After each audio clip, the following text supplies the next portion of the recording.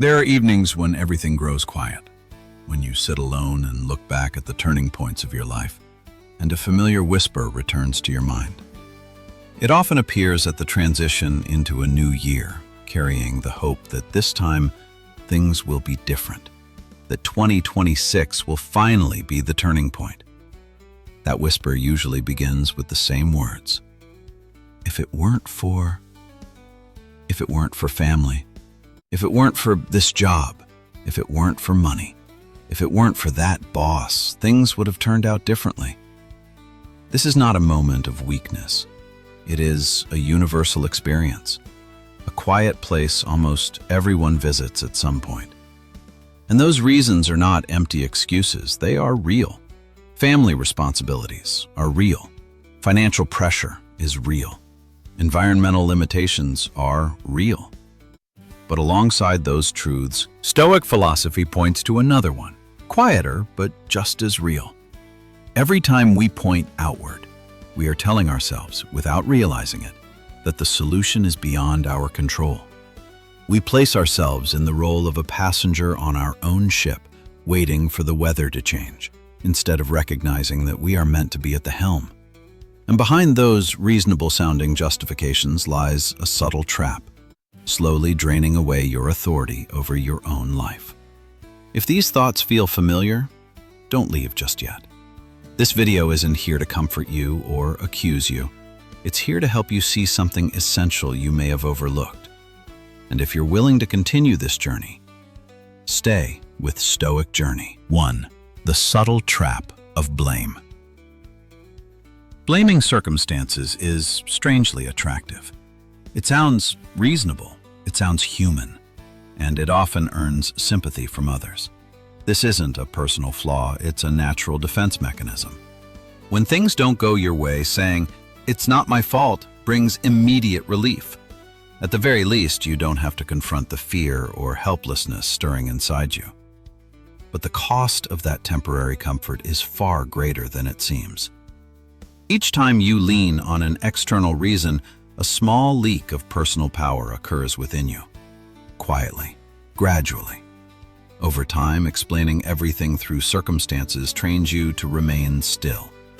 You become skilled at analysis. Who's at fault? Which system is broken? What held you back? Yet in the process, you forget the most important role in the story, the one who acts.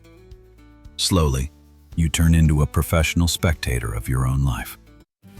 You see the problems clearly. You name the causes accurately. You even critique the world with sharp insight. But your life itself remains unchanged. This isn't an accusation, it's a deeply human pattern. And precisely because it's so human, it's dangerous. Because it steals something vital without you noticing. The feeling that this life belongs to you and that you have a say in where it goes. Here's the quiet paradox. The more reasonable your blame sounds, the more powerless you become. When the cause lies outside you, the solution drifts outside your reach as well.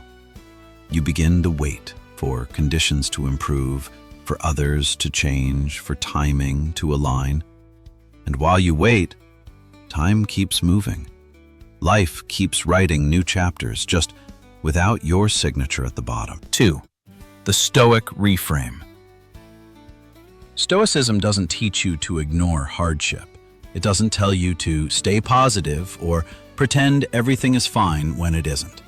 Instead, it asks for something far more demanding, to look directly at reality while making a clear distinction, what is outside your control and what still remains in your hands. This shift in perspective may sound subtle, but it carries enormous power. The moment you separate those two things, authority quietly returns to you. The situation may not change, but your position within it does. A Stoic doesn't ask, "Why is this happening to me?" They ask, "Given this situation, what options do I still have?" And that question alone opens a path forward. A difficult boss isn't a reason to quit life. Instead of the familiar story, "I want a raise, but my boss is impossible," the Stoic reframes it. "I can ask, Yes, he's blunt. Yes, that makes me hesitant, but I can still ask. If the answer is no, I gain clarity. If it's yes, I move forward. The circumstance remains, but it no longer holds you hostage. The same applies to having young children. Rather than, I can't travel because my kids are too small, the Stoic treats it as a problem to solve. Traveling with children is harder, but is it impossible? The trip may be slower, more tiring, less convenient, but none of that means it can't be done. The lens changes, and suddenly, choice reappears. Epictetus, born into slavery, embodied this truth. He never chose his external conditions, but he refused to let them define him. His insight was simple and unforgiving. You may not control what happens to you, but you always control how you respond. And when that truth fully lands, it creates an inner peak, one where there is no one left to blame. 3. Emotional peak. That is the moment you realize no one is coming to save you. No hero arrives at the last second. No stroke of luck suddenly rearranges your life. No system, no person, no outside force will step in and make everything right. At first, this truth feels terrifying. It creates a cold emptiness, a very human sense of isolation. Because when there's no one left to rely on, you're forced to face yourself. There's nowhere to hide, no one to blame. Just you and the life you're living. Many people turn away from this moment because they mistake it for despair. But if you stay with it long enough, something else begins to emerge. Right after fear comes a quiet release. When no one is coming to save you, you no longer have to wait. When no one is responsible for your life, you begin to see a deeper truth. Responsibility is not punishment. Responsibility is the condition for freedom. Only when you accept that this life is yours do you gain the power to decide where it goes. If you don't write your own story, the world will write it for you, and the world doesn't care whether that story has meaning. The moment you stop blaming isn't when you become harsh with yourself. It's when you make a firm, silent decision to take the wheel back. Not to make life easier, but to make it yours. 4. Clarification. Avoiding self-blame. But there is something important that must be clarified. Stopping blame does not mean punishing yourself. It does not require you to deny the pain, injustice, or loss you've experienced. Some wounds are real. Some things should never have happened, but they did. Acknowledging them doesn't make you weak. It makes you honest. Stoicism does not ask you to take responsibility for everything that happened to you. You are not responsible for your starting point, for other people's actions, or for the circumstances that forced difficult choices upon you. But there is a clear line Stoicism never blurs. You are not responsible for the past, but you are responsible for how you live from this moment forward. Freedom, from this perspective, doesn't come from life becoming easier. It comes from no longer using the past as an excuse to delay the future. When you keep living through explanations of what already happened, you quietly hand control over to something that no longer exists. And that's how the future gets stolen, without noise. So stopping blame is not self-punishment. It's the moment you say, that happened. I don't deny it, but I refuse to let it dictate the rest of my life. That distinction alone keeps this message human, grounded, compassionate, and far from toxic extremism. 5. Practical Stoic action. The question is simple. With what I have, right here, right now, what can I do? This isn't a question meant to change your life overnight. It doesn't ask for a perfect plan or a dramatic decision. It asks for something far more modest. One action small enough to break the state of standing still.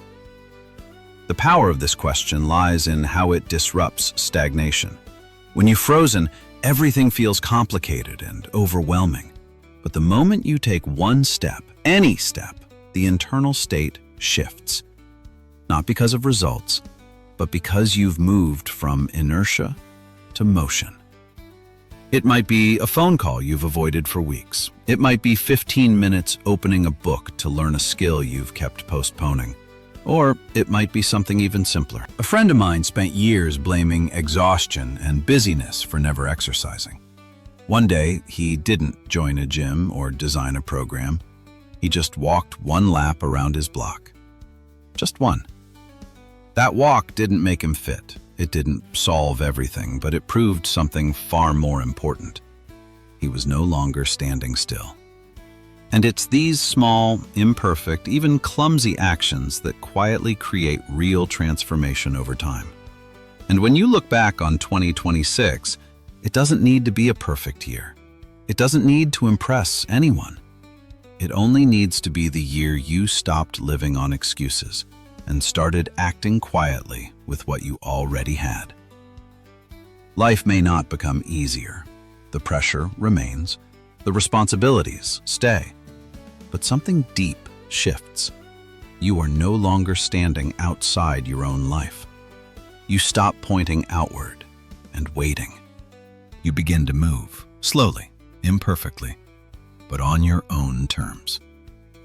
Real power isn't found in changing the world. It's found in mastering yourself. When you stop blaming and start acting from within, life, still difficult, still demanding, becomes yours again. And if you've stayed with this video until now, don't let it fade like everything else.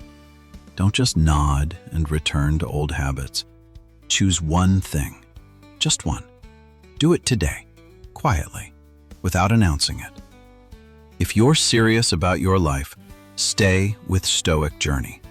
Not for motivation, but to build the inner strength required when there's nothing left to lean on. Subscribe, not as a click, but as a commitment to yourself, that you will no longer live as a spectator of your own life. From today, you've taken the wheel back. The rest of the story is yours to write.